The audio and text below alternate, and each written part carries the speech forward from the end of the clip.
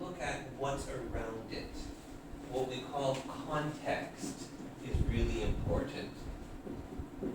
Context is the other sentences, the name of the book, the pictures, everything you can see to help you understand, right? All of those things help you when there's a problem. And if you try everything and you keep guessing, well, then you can still use a dictionary, right? So you can solve a problem here, you can solve the problem here, you can solve the problem. With this one, we don't try to solve the problem. When it comes to speaking, the important thing is to cope.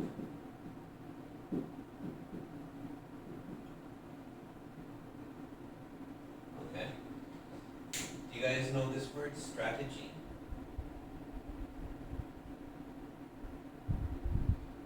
A strategy, we use this word strategy when we talk about a lot of games. Okay? So, you guys play games on your phone or on your computer? Yeah? Alright? Strategy games are usually games about war, right? Where I have an army and you have an army, right? And for me to win, I need to have strategies. That's not just saying, I have a plan. I know what I'm going to do. First, these people go there, and these people go there, and then they both attack. Okay, that's a plan, right? But what happens if you have a plan? And your plan is, these people go here, and those go there. So my plan doesn't work anymore, right? So what I need is a strategy so that if you do this, I have an answer. If you do that, I have an answer, right? It's a way to keep going, right? So if my plan breaks, I can change my plan, right? That's what strategies are. And this word here, this isn't about fixing a problem. Coping is a word we often use when we talk about dealing with loss. When someone in your family dies, right? There's a problem. It affects how you feel. It affects how you see the world, right? If someone in your family dies, then there's a problem, but you can't just fix it. You can't just drink and drink and drink until the problem is gone, right? What you have to do is keep going. 这个问题，但是 you still have to keep going, right? So coping is not about making the problem go away. It's not about fixing the problem. It's about saying that, okay, if I want to go from here to there, but there's a problem here, I don't try to move the problem. Instead, I go around the problem. Okay? So when we're speaking, that's why I don't like students to just Google and check a word. When you're speaking, you need to try to find another way. 忘记这个字，可以用不同的字，有可能它的意思不太对，但是有可能你会了解。All right? There's a chance that you'll understand. So I have to try. If I say it wrong, 如果是发音的问题，真的不知道。I tried saying it a couple of different ways, right? For me, with tones, Chinese tones are a big problem.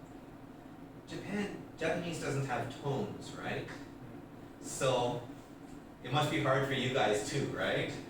Thinking of ma and ma, and then, right? So for me, sometimes I just have to say the same word a couple ways, and then,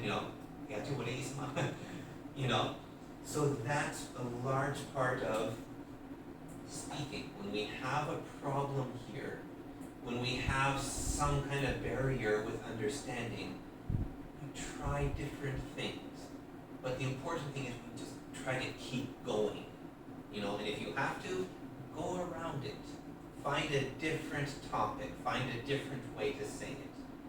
If you have to, use your hands. Do you remember, have I told you the chicken story? Okay.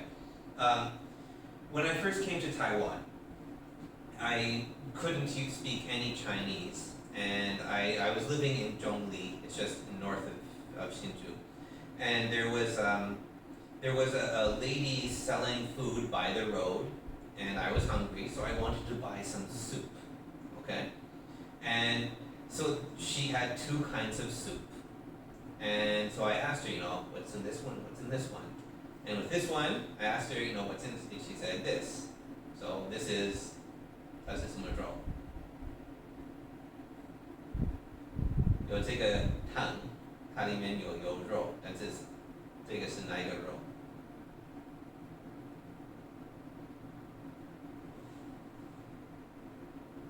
？I mean, if there's this soup, right? What's this? What? 哪个动物？ Yeah, this is probably fish, right? Either fish or a snake, right? So probably fish, right? So this is okay. And what's in this one? What do you think this is? If this is fish, what's this?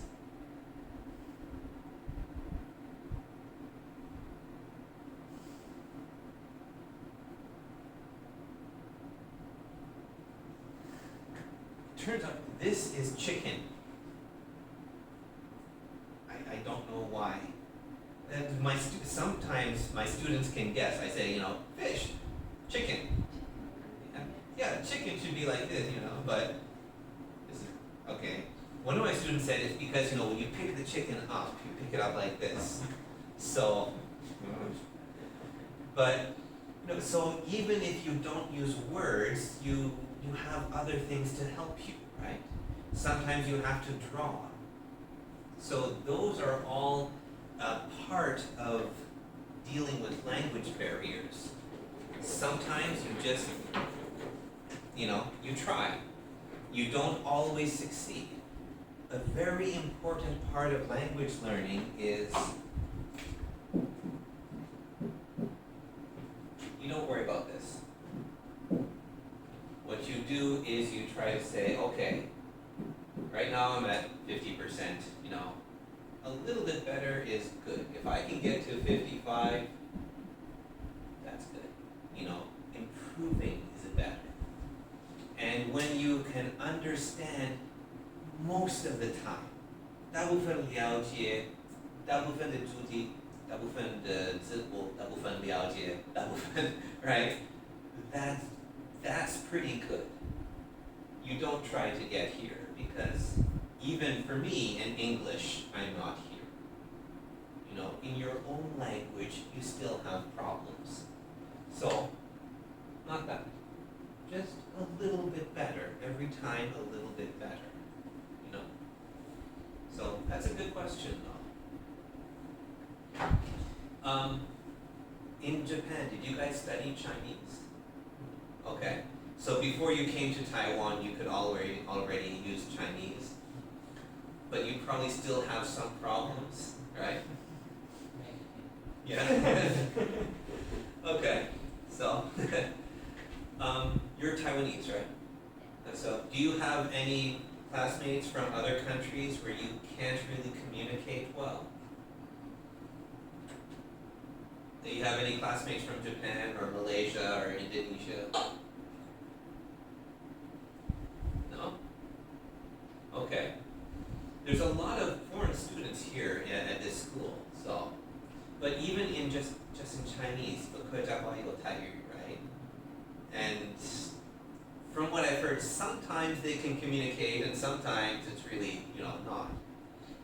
Even in English, when people are from an area like England, in England, there are some kinds of English that I don't understand. And, it's just, I have to ask them, sorry, what was that? Actually, there's this one time, I was in Germany. I was on exchange, a student exchange in Germany. And my school in Germany had an exchange with a school in England. So when I was in Germany, there were some British students from England at our school. And sometimes when they were talking, I had to ask my German students, my classmates, to translate because I couldn't understand the English people. So, yeah, it happens. Okay. 还有什么可以问？